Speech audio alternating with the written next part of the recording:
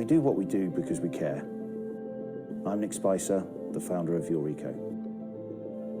We're on a mission to support people and businesses who, like us, want to play their part in protecting the environment. Based in the Southwest, but operating globally, our diverse team are experts in solar PV. A home on the farm or the commercial site, we are your trusted advisor.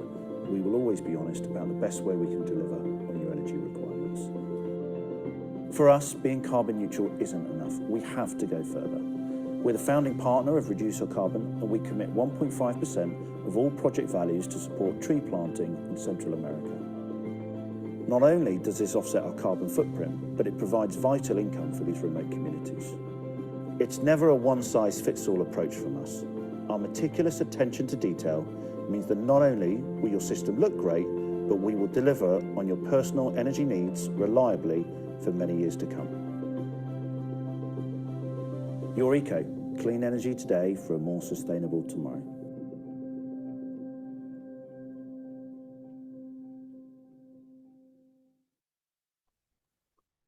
Well, hello and welcome to this very special MediaClash Presents webinar with Your Eco. My name is Greg Ingham from MediaClash, and here's who is speaking today and what we'll be discussing. We'll be joined shortly by Nick and Amanda Spicer, the founders of Your Eco, and we'll hear from Bill Rossiter of Bellmont Estate and property expert Sarah Beeny of Channel 4 fame and much, much more. Today's topics. It's a pretty big landscape, this. Solar energy. What is it and why does it matter? What sorts of clients and what types of businesses are becoming involved in this? How does the installation work and the process? What's it like being a client? Much ground to cover, and please do ask questions via the Q&A button below, as you can see, preferably giving your name and company name, but anonymously if you'd prefer. Now, to one of our videos, which I think will help give some context to this. Let's bring in Sarah Beeny at this point. Sarah, of course, is a highly prominent property expert, entrepreneur and broadcaster, perhaps best known for New Life in the Country on Channel 4. We spoke with Sarah briefly recently.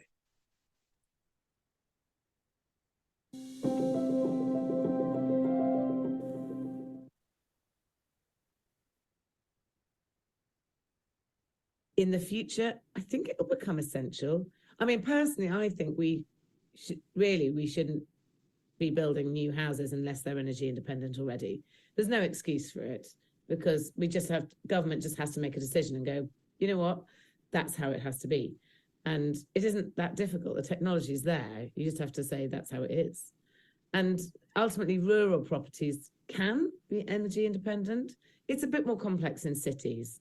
But if we took all the rural properties and had them all energy independent, there'd be a lot less requirement on the grid.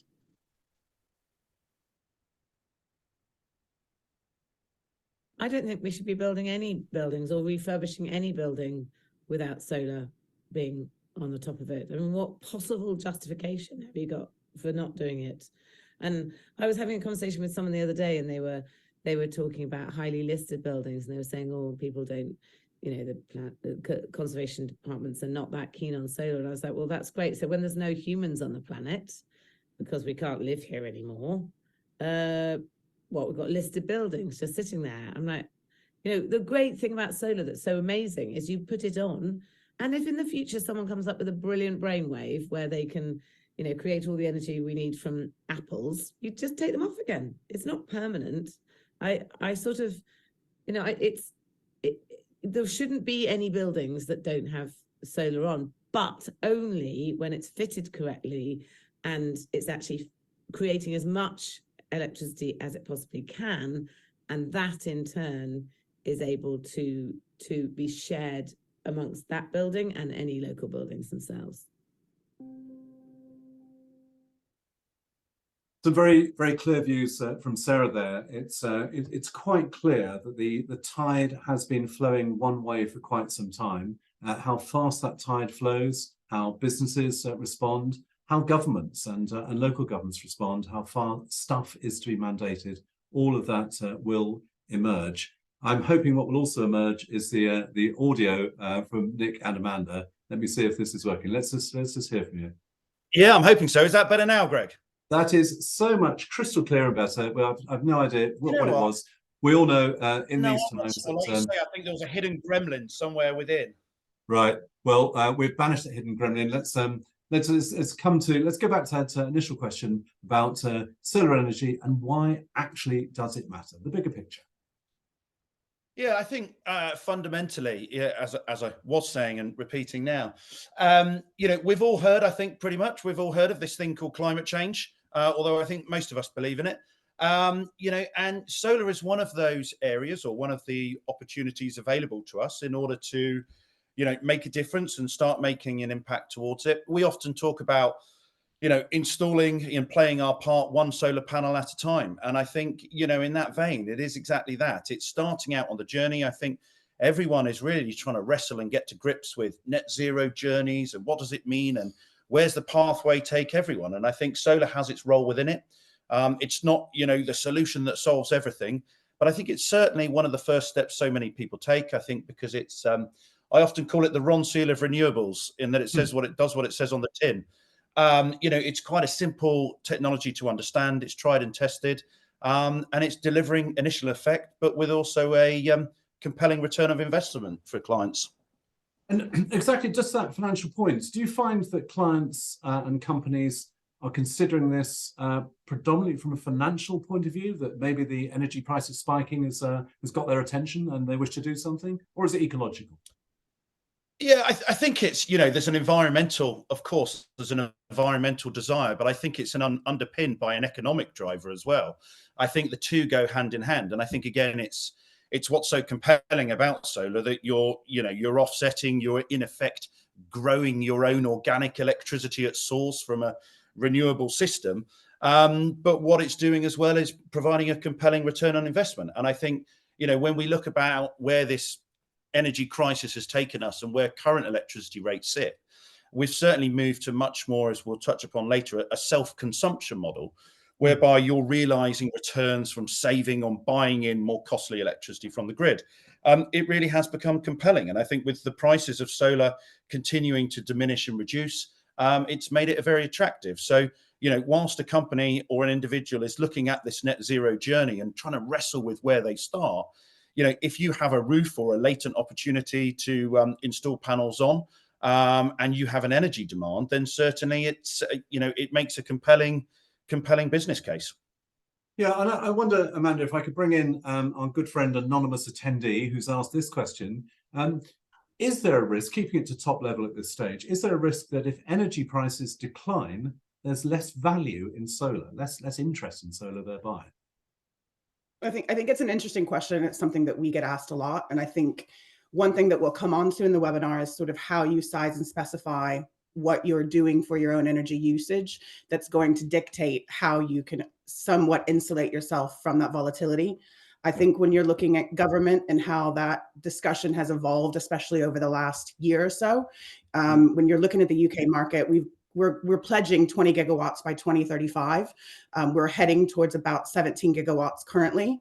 But what does that mean for the average business owner, average person that's wanting to think about using solar, and how is that going to use what we can design from a specified and aesthetic as well as commercial point of view that will help them not only hit their ESG goals, but actually looking at the model from a self-consumption basis so that we are hitting that and looking towards that. And I think it's something that we're dealing with on a daily basis. Yeah, and I think the key to that, Greg, really, and on that question is transparency.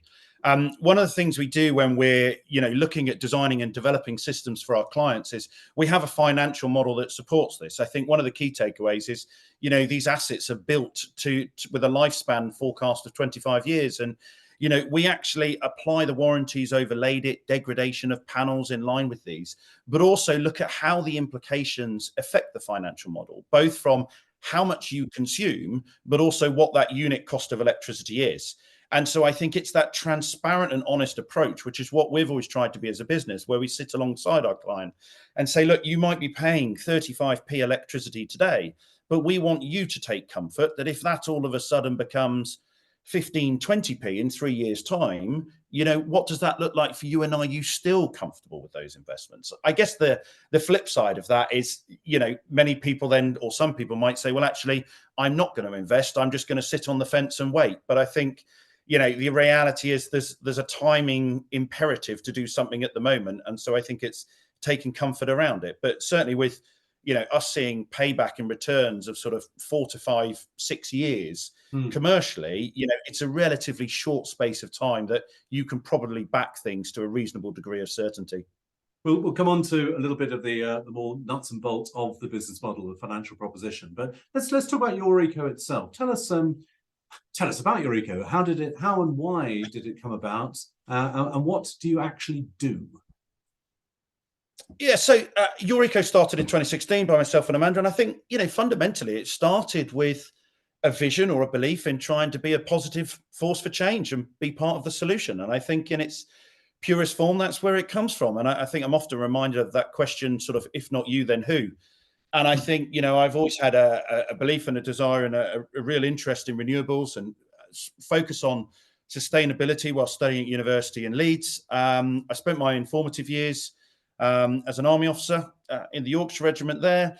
And, that was about trying to be a positive force for good. And I think as part of what I've always tried to be as an individual. And, for us, it's about trying to be that change. And I think, in a time where we do need to do something, and, we've talked about climate change and the need to act, for me, I know it feels compelling to try and be part of the solution, and also make sure stand up to be counted for, really. And hopefully we can leave a positive, lasting legacy. And, you set up a business, I guess, if you feel that you've got the right skills or aptitude to bring to it. And for us, it was about trying to, give the best possible solution for our clients in terms of bringing our experience to the fore and hopefully delivering it to their benefit.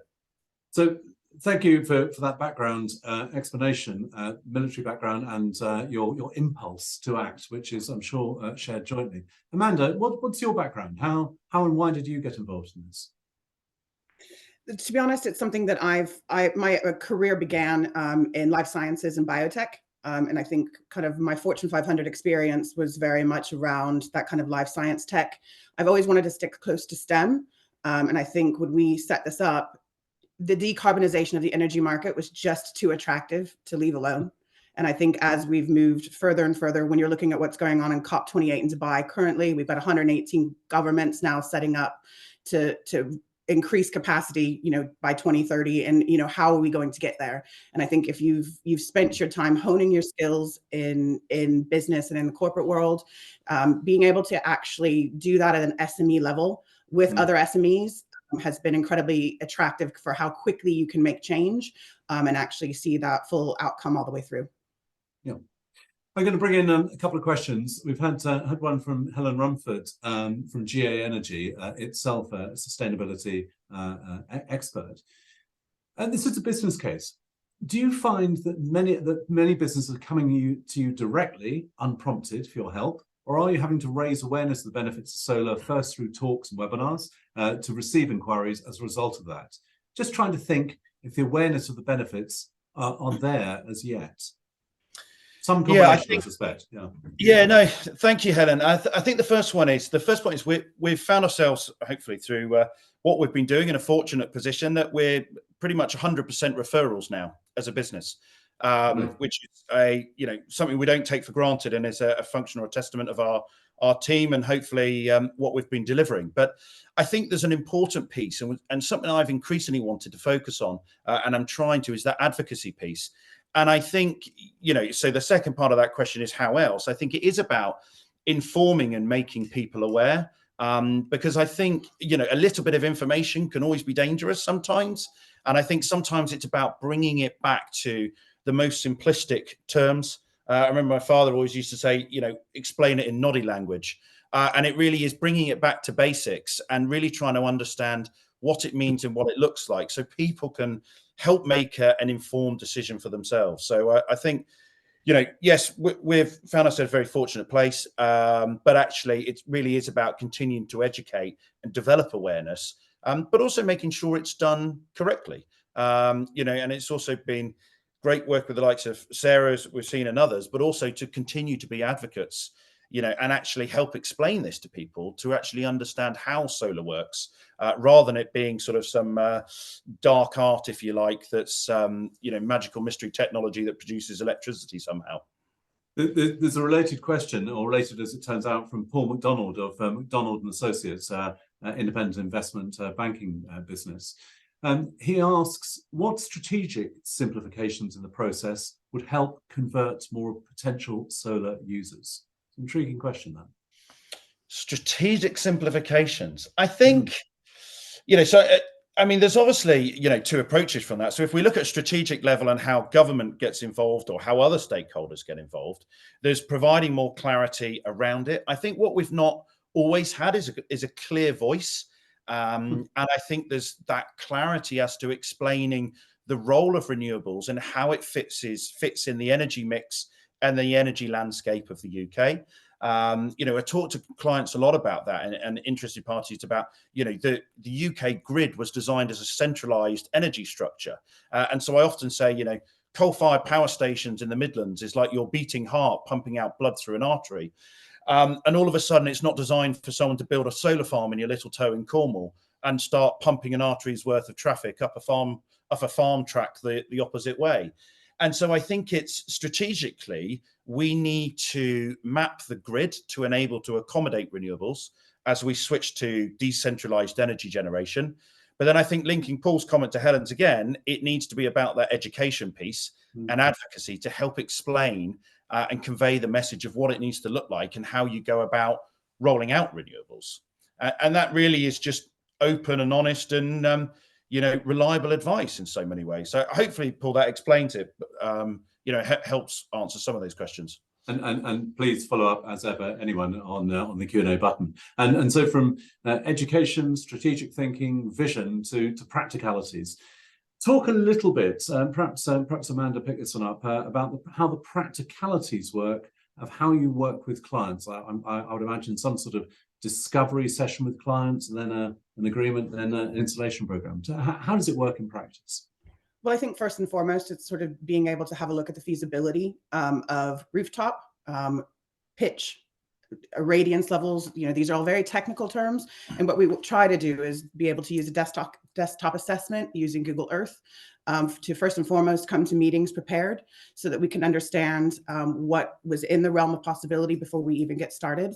I think one thing that we need to always have a look at as well is the annual energy consumption and whether or not we can get to the half-hour data. And what we can then be able to do is be able to model that specifically to the client's usage so that we get balanced systems. I think one thing that we've got in this industry is, as Nick alluded to, the dark art. And a lot of people don't understand how seasonality and what happens in the summer versus what happens in the winter and how you balance that off really affects returns.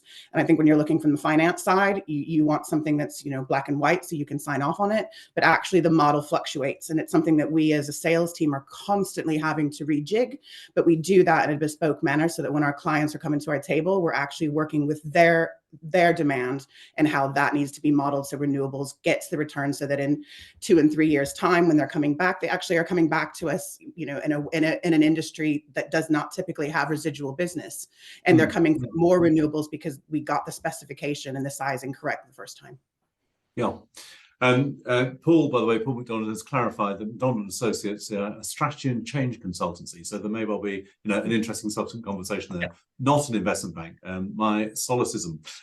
We shall come back to different types of clients, but now I'd like to move on to one of your key clients in recent times. We caught up with Bill Rossiter the other day, who owns Bellmont Estate. Really intriguing story. Here's Bill.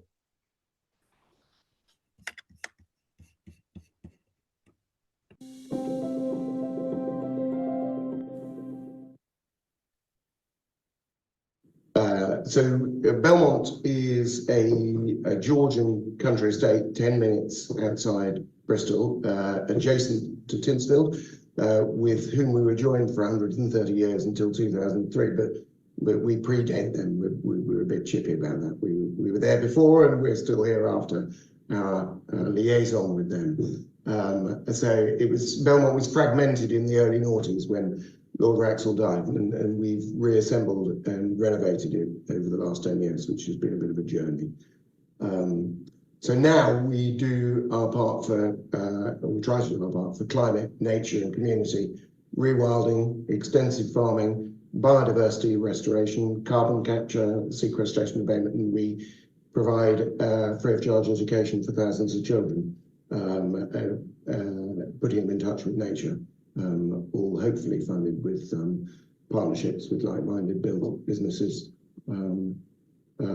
such as TLT at the moment, and Season and Taste restaurants, Gambas, Bravas and Cargo Cantina.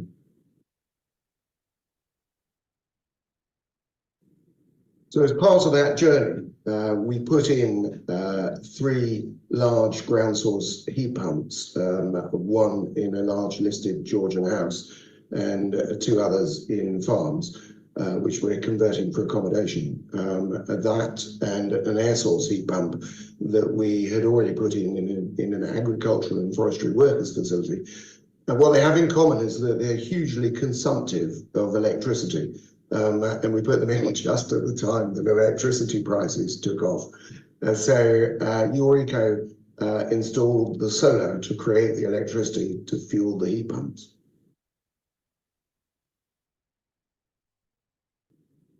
So I don't often say this about companies or partners, but outstanding, easy, pleasurable. They are very professional and very lovely.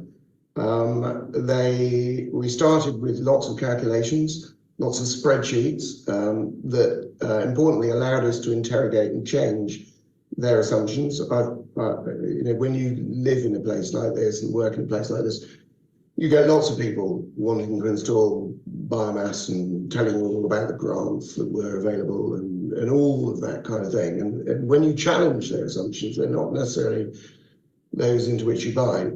We got all of that to my satisfaction, which is quite a lot because I'm quite an analytical type. And then that followed an equally challenging discussion about aesthetics, because as well as being a long-time environmental warrior, my wife and business partner is aesthetically very tuned in, and it passed all of that. And so commercially, very, very refreshing, very open.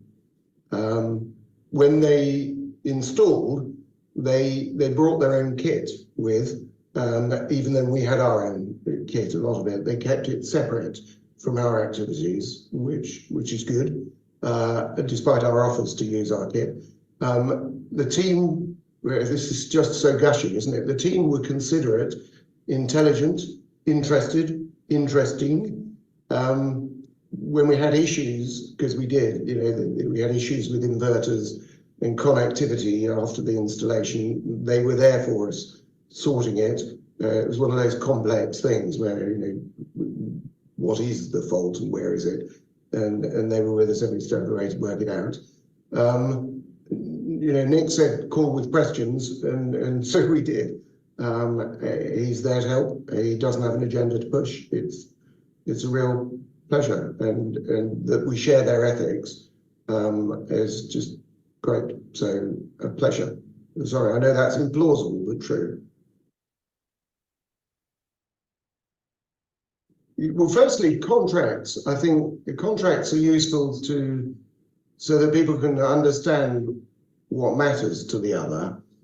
But if you ever fall back on a contract, then I think that's indicative of a failed relationship.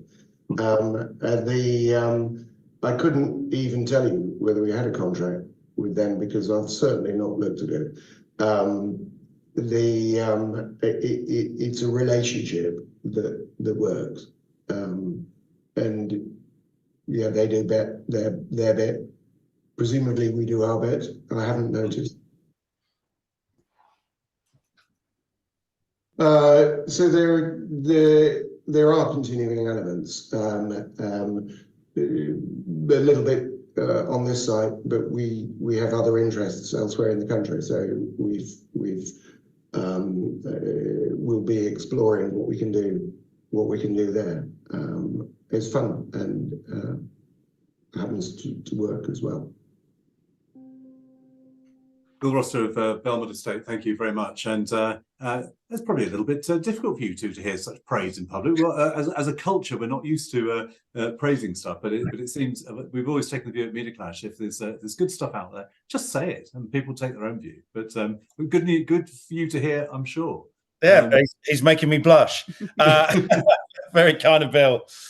But a pleasure working with Bill and all the team at Belmont. And, that's where we want to be with all our clients, really. I think, business is one of those that's a lot easier when it's being done in partnership and, with aligned interests and ultimately having a bit of fun along the way and, being friends. And I think that's one of those things we've tried to keep at the fore of our business, really. And I want to pick up a point sort of consequent to Bill's thoughts and relates to the point you made, Amanda, just earlier, and which is from your own business's point of view. Whilst there's clearly an enduring relationship with Bill and Belmont Estate, I assume you typically don't have repeat business as other perhaps more conventional businesses might view it. How does that affect how you seek clients and then work with them?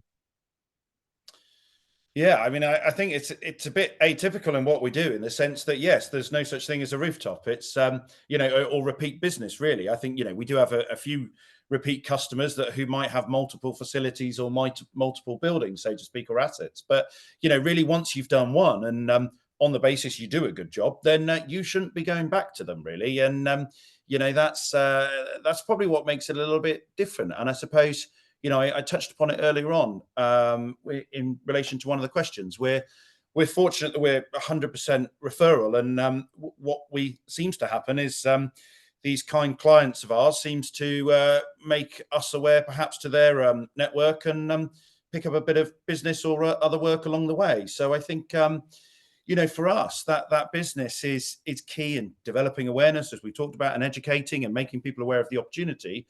But ultimately, I suppose it's part of a larger network, and really us letting our output and our impact do the talking, and hopefully the good positive word spreads. And it's quite clear from what Bill was saying about how the role that trust plays. In fact, I can imagine there's a few lawyers up and down the country going, what, when he said about contracts, that's right to the heart. In fact, I'm going to bring in a lawyer, which is Helen Rumford again. Very specific points. Do you find if the roof needs reinforcement work, then this puts someone off installing solar due to the added upfront costs and indeed the variable cost of that?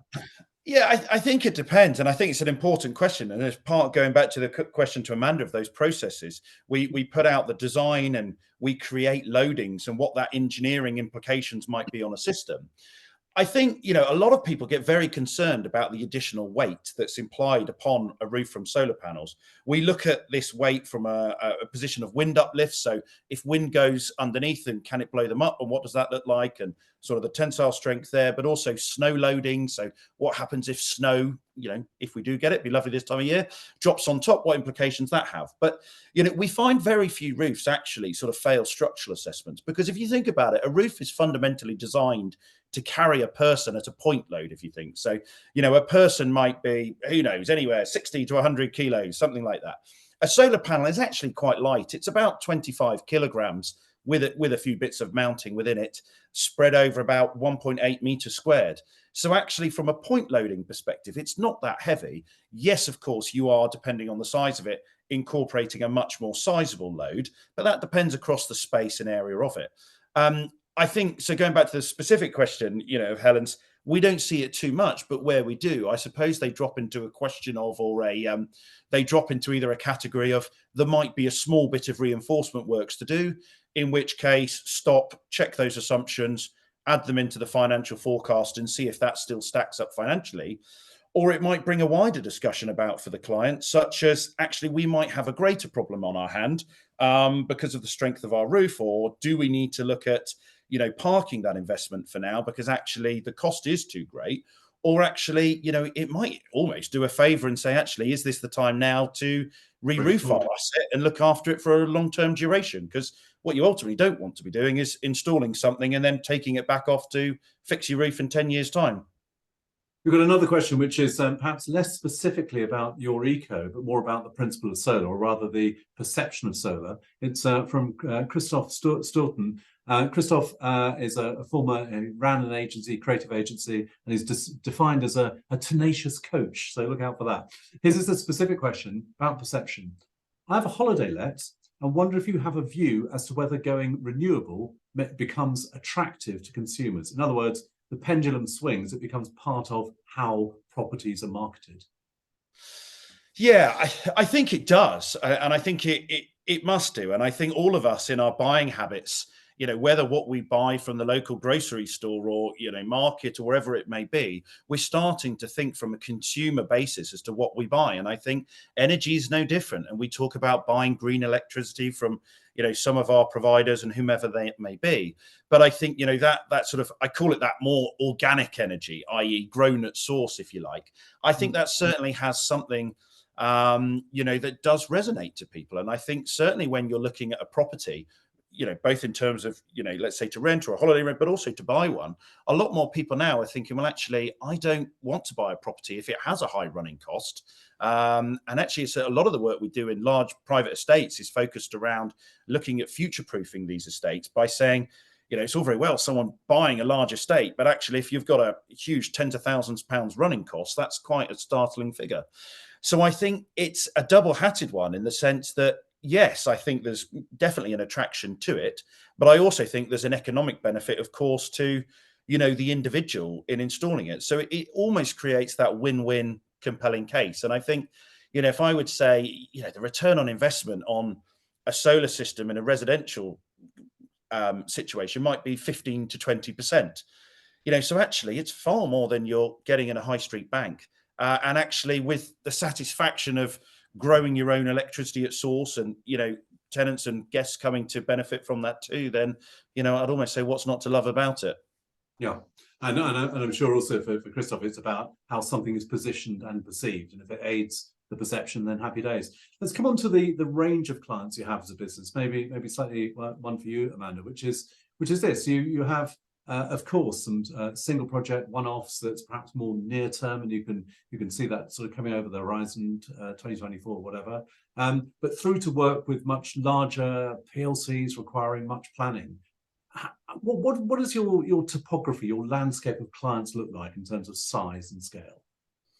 So we work predominantly across the 5 sort of sectors that we've discussed. So we will work across agriculture, and that is a very defined ESG sort of driven from sort of likes of the big supermarkets on wanting to make sure that they are carbon neutral. So DEFRA just announced some more grant funding in that, which is a great news for solar in the agricultural sector. One of the residual clients that we will work in and will be with the M&E contractors in the construction world. So we work on large developments of homes that are integrating solar PV, at the front end, which is wonderful to see. We've done predominantly around 30 megawatts already across these 5 sectors, but we've looked at private estates. That's becoming a bigger one from a consumption basis. So they're very much worried about the overhead cost of large properties. We've also got some work around, and maybe you want to jump in here on the commercial space, but I think in the commercial business, you're looking at anything that's got a large energy warehouse type style roof. So you've got food manufacturers, transport and logistics companies, those with refrigeration, ice skating rinks, hospitals. Those are the types of clients that we're wanting to be working with as well in that forward landscape. Because when you're looking at commercial rooftops, what's staggering is that only 1% of roofs are being utilized at the moment. So with this massive target that we have so much work to do. And these task forces that are being set up around solar are only going to be increasing not only the employment in the renewable energy sector, but more funding and more ideas about how we get to net zero with these clients, and your eco being a big part of that decarbonization of the built environment. So just to recap, for all the momentum, all the perception, all the economic benefits, it's 1%. Yeah. So even if that doubled again, we're still not at 5%. Yeah, and so I mean the latent potential and opportunity above us all is huge. And I think clients are anyone who has a roof space, and I say roof space, and I come to that, but anyone who has a roof space and electricity demand, which of course we all have. We in particular as a company focus on roof spaces and commercial roof spaces because we believe that's the appropriate way to deliver solar upon that, currently latent space and turn it into an asset for the building owner. Let's come to the money. We've touched on it a couple of times, but how does the model work? Less the cost of installation, park that for a moment, more about connecting to the grid, how guaranteed revenues are, the cost of recouping, typical timescales. So talk us through that. If there's someone out there, we've got some very specific questions I'll come on to. How does it work? Yeah, so in simple terms, we've moved from what was the sort of boom and bust of the solar industry with the feed-in tariffs and government grants, and we find ourselves now in a period with renewables standing toe-to-toe on its own and working on the basis of self-consumption. And so the key to that, as Amanda touched on earlier, is sizing really of a system. So for every unit you generate from solar that you use, you therefore don't buy from the grid. So if you're buying at 35p a kilowatt hour or a unit of electricity from the grid, and you create one from the roof and can use it, you in essence stop that other unit being brought in. So I was saying this week, I work on two sort of rough numbers, if you like, call them fag packet sums as we work off. But, I would say that 70% of the electricity generated on a solar system, be that, let's say, on a farm roof or a warehouse roof, can be consumed on site. And that's because without batteries and going into that, electricity is instantaneous. So you create electricity at a moment in time and you have a demand. If that, unit of electricity dovetails with the demand, then great. If it doesn't, you sort of send it back to the grid. So, and I say 70% because we try to size it on that basis, whereby if you consume 70% of what you generate, it will probably get at around about offset about 30% of what you use from electricity. So 70% of it you consume on site, you might sell 30% to the grid, which might mean anywhere from 20 to 40% of your electricity demand overall is being met from solar. And in doing so, you would find that you will have an economic payback from 3 to 6 years, let's say, but realistically 4 to 6 years, with a return of investment of around 20%. So quite compelling. And then obviously a lifespan over 25 years, which is warranted out to. The key to that, and one of the reasons why, is obviously if we look out the windows right now, and it's pretty miserable, is there's not much solar being generated. And we don't live on the equator. And so when we look at the irradiance profile in the UK, our shoulder seasons of the winter and autumn are quite low from a yielding perspective. Whereas once we hit sort of spring through summer and Indian summer, if you like, we create much more electricity. So because it's very much focused on self-consumption, we want to be generating as much electricity as possible in the summer to meet as much of your demand as possible, which gives you the greatest return. But what it then means is in the winter, for instance, you're using less from solar and you're having to bring in more from the grid. The reason for that is quite simple, is that buying electricity is very expensive. We were paying, let's say in the UK, 18p a unit, and we've been up to 35, 45, 50p some people have off. Although I think we probably see it might level to sort of 25, 30p again in the next year or so, and off you go. So saving at that rate is very attractive. Whereas selling export to the grid probably costs you, you might make between 5 to 10p for a unit you sell to the grid. So actually you're 5 times better off consuming what you generate. One of the things I often say to people and show clients is I take a very standard phone and got a light in front of me. You'll see a solar panel, by the side of the motorway that sort of sits at 35 degrees and it's facing due south. And at this moment in time, you can see there's lots of light on it. What that means, though, is if the sun if it's at that angle, it means it will probably create electricity from maybe 10 in the morning throughout the day till 2 in the afternoon. It will create an abundance. And solar farms are very much focused on being investor-led and getting returns for those by passing it back to the grid. If you drop a solar panel down to about 10 degrees, you'll notice that the amount of sunlight on it drops off significantly. However, it doesn't disappear. And what that means is the sun from earlier in the day, tracking throughout the day, is providing more irradiance on that panel. So creating more irradiance and usable electricity throughout the day, which is ultimately what we're wanting to do. Because most people will say, well, I only need a south-facing solar panels can only go south. And no, you can't, because actually south facing was designed with feed-in tariffs, so you get the maximum. But what we want is shallower pitch roofs that are orientated for sort of east and west, so that sun can track through them all day, through to the extent you can also install solar on a north facing roof. And people go, well, hold on, how does that work? But if it's a shallow inclination of maybe less than 10 degrees, the sun will still see it. So in effect, if the sun can see the panel, it will create electricity. Yeah, thank you. A directly related question from Paul McDonald. How long does it take, and I think you sort of cover this, but how long does it take to receive energy export credit from the energy provider post-install completion? It's a pretty swift one, really. It depends on where you are in the project. But what happens ordinarily is you will basically, as part of the development process, you say, hey, Greg, does this sound all right to you in principle? And you go, yeah, this looks of interest, but let's make sure we can do it first. And we say to the grid is composed of district network operators who basically manage the national grid on their behalf to check that what we connect isn't ultimately going to cause voltage rises and trigger faults. They come back and say, yes, you can connect this permitted capacity at building XYZ. And we say, okay, that's great. We'd also like to be able to export it back to the network. So the moment we've installed a system, probably, weeks, could be a month after, depending on their backlogs, the documentation comes through to say, yes, all set up, you can now send it back to the network. And then just like choosing an energy provider, it's the same thing, choosing an energy provider to sell electricity back to them and receive a credit for it. And the timescale for that, so you say pretty swift? Weeks to a month. It's not a significantly long one. Right, It's a case as ever of making sure your ducks are lined up, and the more organised you are, the quicker it is. Two other points on the finances and the business model. Is any of this tax deductible? And separately, are there any typical minimum order values for you as a business that you operate to?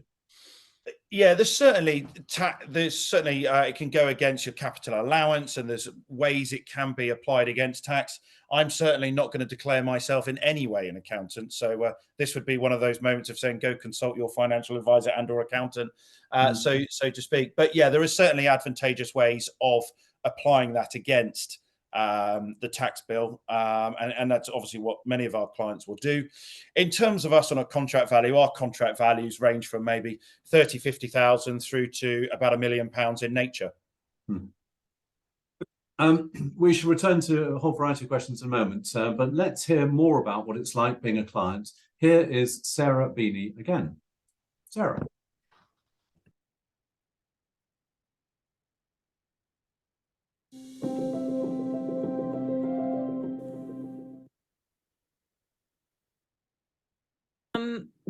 They're efficient. So in my opinion, they're clear, efficient. They do what they say they're going to do when they say they're going to do it, and they're available when you want to ask them a question.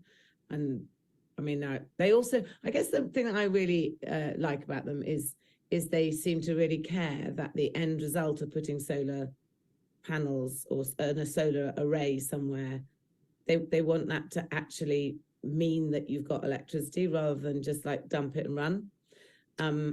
And I think that's really, really important. They want to understand it. What's also great is they explain it to you in a way that's understandable. And I'm not very good at being bamboozled with facts. So when people say, blah, blah, blah, blah, I don't understand, I do tend to say, I don't understand what you're talking about. But I think there is a danger. A lot of people don't feel that they can ask that. But what I particularly like about your eco is they do explain it. It's really clear.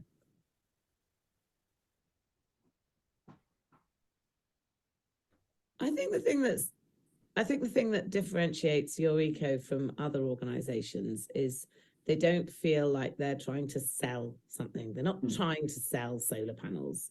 If you want solar panels and you want to put a solar array up, they will explain what your options are, and then you can take it or leave it. But they're not, they have integrity in the end result. And I think that is really quite unusual in many ways nowadays. And I think they won't fit solar panels if they're not going to work. And there's plenty of people who will. And they will help with the process of making sure that you get like I have an app on my phone. I can see how much solar I'm using every day, and how much we're creating. So how much energy we're creating and how much we're using. And I think that is, and they helped set that up. So, it's visibility. That's what's important, is visibility.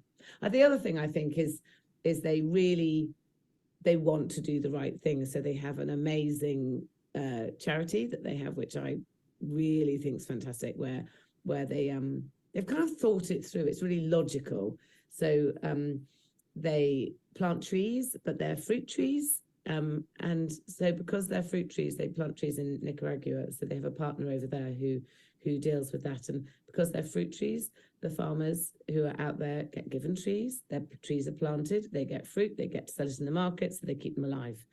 And it's all very well planting trees, but if no one has any vested interest in keeping them alive, you plant a tree, what's to say that someone is going to look after it? Whereas these trees are planted. So I think there's a carbon offset that they do as it's a sideline. It's not part of your eco, but it's a really brilliant charity. Yeah, I think they have integrity, and they're really quick, and they're all really charming as well. That's the other thing. Is I don't think I'm not sure that Nick and Amanda, who own the company, I'm not sure they suffer fools. So all the people who work for them are really, really brilliant, and they do what they say, and they don't, they turn up when they say they're going to, and they work quickly, and then they leave having done what they said they were going to do. What more can you want? Well, there you go. What more could you want, indeed? So, Nick and Amanda, I'll come to the future of your eco and where you see the business developing in a moment. I just want to bring in Jeremy Murphy, his question, which is the bigger, perhaps political context, which Sarah touched on at the beginning. In the Midlands, the majority of new builds, both commercial and residential, don't incorporate PV. Why do you think this is the case, and are government likely to be more proactive and require renewables via planning conditions? Yeah, I think it's an interesting one, Jeremy, and I think it's a really easy solution. And I think, as Sarah touched upon it at the beginning, the government just should say it must have this. Mandate it. Yeah, mandate it. I think there's perhaps been, and not wanting to point fingers where it looks, but in the role of developers wanting to obtain land and build out houses and maximize profit margin maybe from it, and also there's housing targets to achieve and everything else. I suppose sometimes solar can be squeezed out where someone says, look, I want to do this, but you need to waive me from having to put solar panels because it's a cost that prohibits me doing this. I think the reality is every person who should move into a new build home, be that commercial or residential, benefits from them. I think it's a very simple mandation from government to say you will put solar panels on each and every single building, and all bar none, and that's the way it's going to be. And it just becomes the norm. We've done it in so many other sectors of society. The government said, no, you're not doing this or you're doing that. And we just say, fine, that's it. That's what it is. So maybe that's what we need. Someone just to step forward and say that the time is now. That's it. We can see that is the solution, and the further away from something you are, it's easier to see what that solution might be sometimes. But do you think it's going to happen? Do you think it is going to be mandated? And I'm not asking you to speculate about different political outcomes post the election, but as a principle. I would love it to. I mean, of course we'd love it to. And I say I'd love it to, not just for personal, it is for personal reasons, because I want to see it happen, because I want to see us take strides in, delivering impact and, fighting climate change. Fundamentally, let's give a good fight against climate change. And to do that, we need to take our best steps forward and, deal with it accordingly. And so, yes, it should be such a simple thing for, to be legislated. Why it doesn't happen, I don't know. That's way beyond me. As I said, we install one solar panel at a time and keep trying to make an impact that way. But should it happen? Yes. Why isn't it happening? Don't know. Hopefully someone listening might know and can tell someone to get a move on with it. Well, separate to this, we'll be running a special property symposium about sustainability, including governmental both guidelines and mandations coming down the line. We're running out in April, but we'll talk about that subsequently. We've tried to take as many questions as possible. We've had a ton today, which is terrific. And there's one here from our good old friend, anonymous attendee, who may not be the same one as previously. This person says, connecting to the grid is getting harder, especially getting responses from the DNOs. How much of an issue is this when planning projects? Raw nerve? Yeah, huge. I mean, there's two problems that compound it. I mean, the first one, we talked about a centralized system. People, of course, want to get on with projects quickly and ring us up saying, hey, I've got money available. I want to deliver a project. We've got one at the moment where we've gone to the grid and we said, look, can you approve this project? And they said, yeah, it should be fine. Should be no issues. I said, well, can you let us know? And they said, oh, no, we've got 60 working days in order to come back to you. And I said, well, do you have to wait that long? And they go, no, but that's what Ofgem allows us. So that's what it is. So it's a bit of a sausage factory. Once it goes in, it comes out at some stage, and is it either computer says yes or computer says no. I think the other thing that compounds that is the fact that so many developers, if you like, looking at large solar farms and energy connections, are almost sort of putting applications in, not spuriously, but early on to check if the grid might be able to handle a large investment. And I suppose, be it a private equity house or whomever's funding these investments, if you're putting a £50 million investment into a generating asset, you probably want a bit of security that when you start getting to the crux of it, you can deploy that money. But they almost sort of bag the grid capacity and hold on to it for years. So I think there's been conversations of late saying we need to sort of cut through those and purge through those and free up grid capacity to enable people to deliver it. And equally, there's technology that can stop us exporting electricity to the grid because that's where they see the risk. But again, it's the government, it's the network or the operator's vision on how that works. And of course, it's on a risk basis. It's, but what if? What if for that split second, we're all on summer fate, hottest day of the year, everyone's electricity and solar systems are exporting back to the grid, and let's say Bath's grid can't take it and all of a sudden falls apart. They're not looking at the everyday, they're looking at the worst case scenario. And I think we just need to apply a bit of logic and technology and common sense and see if we can't start to change attitudes on that. Well, if anyone's going to change, I suspect it's you two. And I want to come to perhaps a last question, then bring in a piece from Sarah towards the end.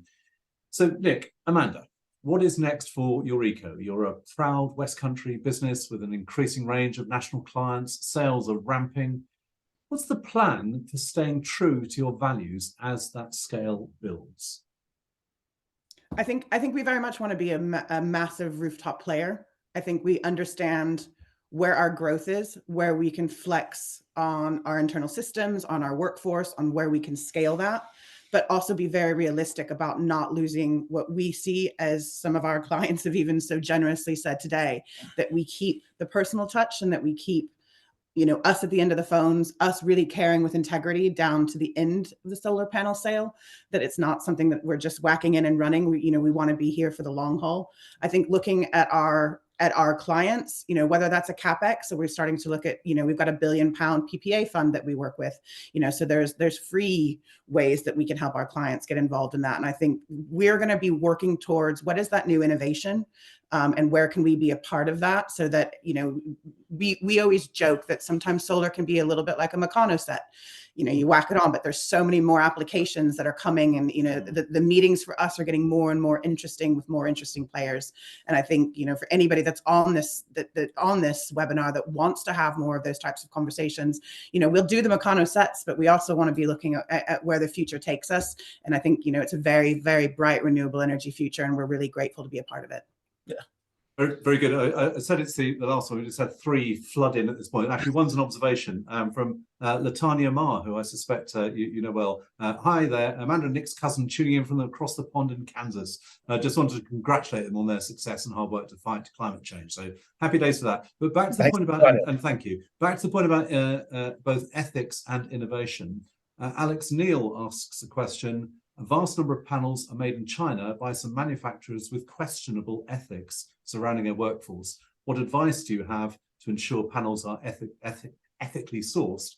And then anonymous attendee, looking to the future, how quickly this technology is changing, what might we expect from solar and battery storage in the next 10 years? That's an infinite question, but short answers to both, please.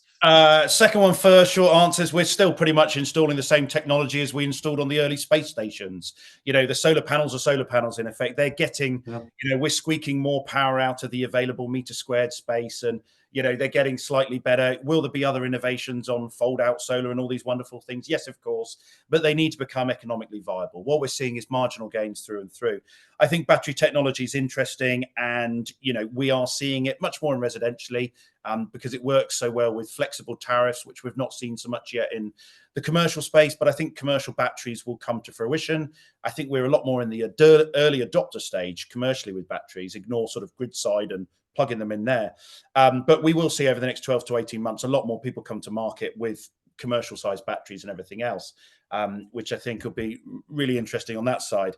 And going back to the question on ethics, that's something really core to us. And of course, there's reports that bound around. We use a particular module manufacturer called Qcells, who we've used because of the fact that they have a fully auditable third-party supply chain, which gives us comfort. We're a B Corp business. And actually, you know, that's been something we're really proud of, because actually we're carbon neutral, but also a B Corp. And B Corp is important to us because actually we generate a lot of carbon in the process of driving around the country, installing systems and how we operate. So we have managed to become carbon neutral, but we hold the ethics and that core to what we are and at the fore. And I think for us, it's been able to demonstrate our supply chain and having it being third party audited. And a lot of the people who we work with and who use the same module manufacturers have stood up to a lot of external scrutiny, and we take great comfort in that. I think it is a challenging area, and I think a lot of this links back to so many core components coming from China. And you know, we talk about, you know, buying Chinese, but then we say, you know, is this Chinese or is this American Chinese? You know, and how we view things in that regards. So I think it's just about trying to look at the supply chain, the auditable nature of it, and doing the best we can. Because I think I was talking to Sarah the other day, actually, funny enough, about this. Everything we do in the quest for, you know, sustainability, low carbon futures, it's all perfectly imperfect. We're all trying to do our best. Everything that there is can, you know, people can say, well, hold on, this isn't great. What about the ethics behind this or that, and the other? It's probably the same across the board. But you know, sometimes we got to try, and we got to put our head above the parapet, and you know, we've got to drive forward these changes. And so I do often say it's perfectly imperfect, but I think what we can do and what we should do in answering the question around supply chain is try satisfy ourselves that we have done the due diligence and we have satisfied our own minds that what we are doing is, you know, something we can take comfort in. You know, and probably across the board of things we buy through to clothing, technology, and whatever it is, there are implications. But sometimes all we can do is try, isn't it? And keep trying to push on in that vein. I think it's a lovely blend of idealism and frankly pragmatism in that answer. And I hope, Alex, that at least goes some way to address your point. We are going to close very shortly, but let's hear again from Sarah Beeny, back to almost where we started, this time about solar energy itself. Here's Sarah again.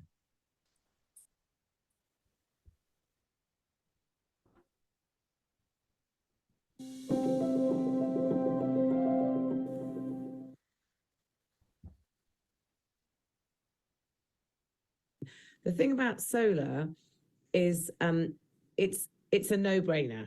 So I only realized that really when I met wonderful Nick Spicer, who explains it so clearly. It's so brilliant. But I realized that solar is to solve our energy crisis, we need to take, it's more like piranhas than a shark. We need to take nibbles off everything. So first we need to limit how much energy we use, and that's by insulation. And if I'm honest, wearing a jumper and not walking around when it's snowing outside thinking we'll heat the whole house. So that's number one. And then number two is so once you've reduced your requirement, if you have the space, it's so important, I think, to generate as much electricity as you are using. Ideally, a lot more.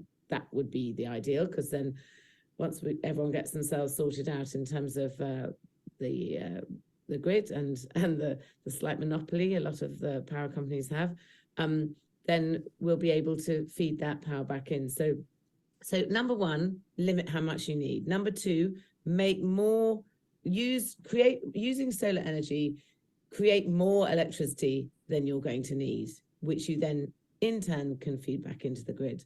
So that's sort of the basics. But then the thing that's most important is it's all very well thinking solar, solar, solar. You have to put solar on in the right way, and you have to be able to you have to understand what it's doing, because just having solar panels is not necessarily creating energy in the most efficient way. So you need to understand how it's done. It's really important that you have optimizers on each solar panel. So Solar Edge are a really brilliant optimizer.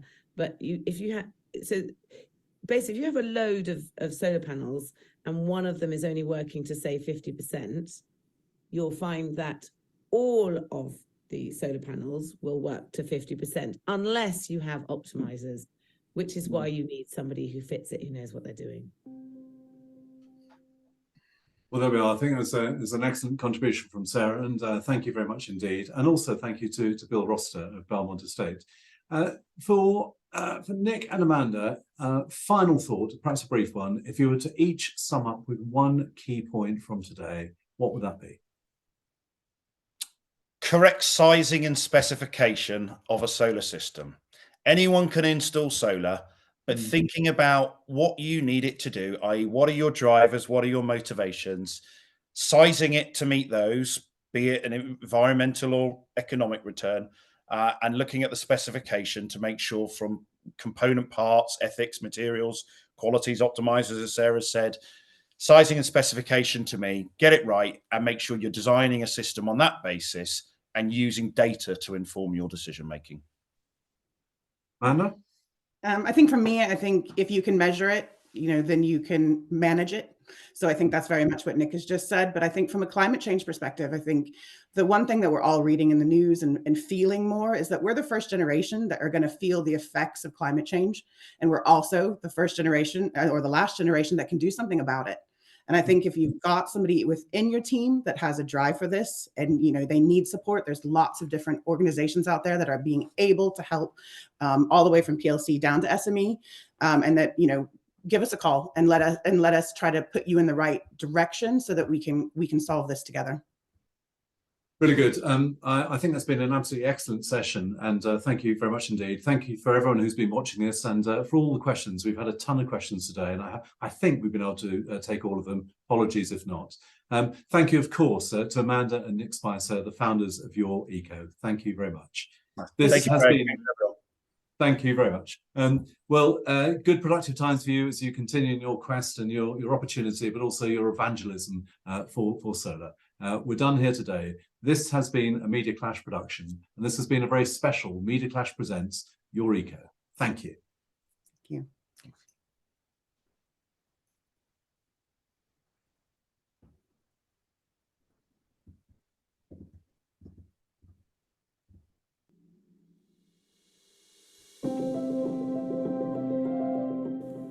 We do what we do because we care.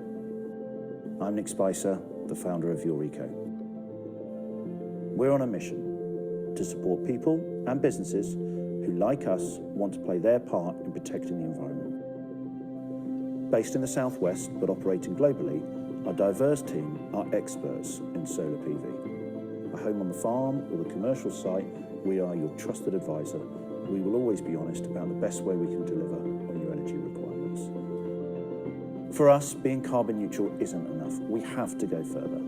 We're the founding partner of Reduce Your Carbon, and we commit 1.5% of all project values to support tree planting in Central America.